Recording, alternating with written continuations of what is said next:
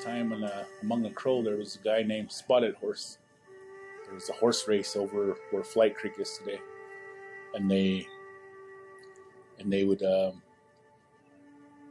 bet, all their belongings. They would bet, their horses. They would bet, things men would cherish.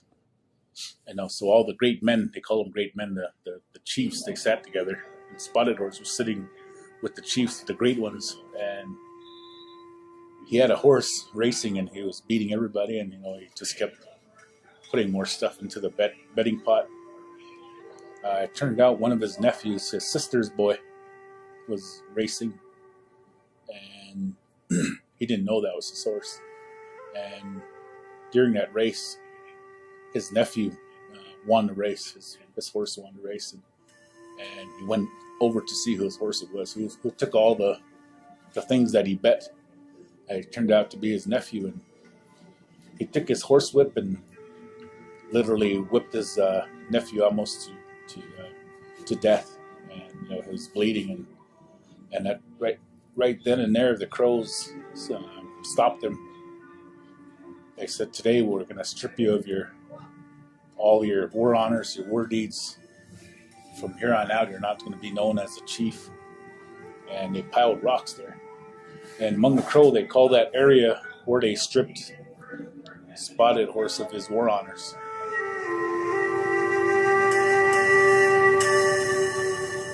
So, in the story of Spotted Horse, it shows that he disrespected his nephew, and the Crows let him know that they didn't take that lightly. And today, we basically sweep everything under the rug when there's this disrespect, when there's domestic, when couples are fighting, or if there's somebody's families are fighting, we look the other way, sweep it under the rug.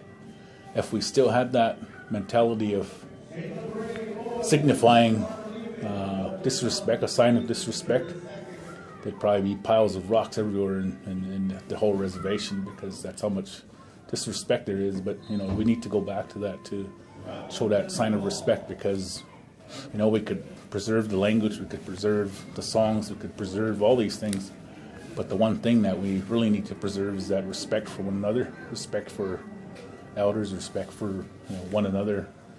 They say even the smallest of children, my grandma would say, take care of them.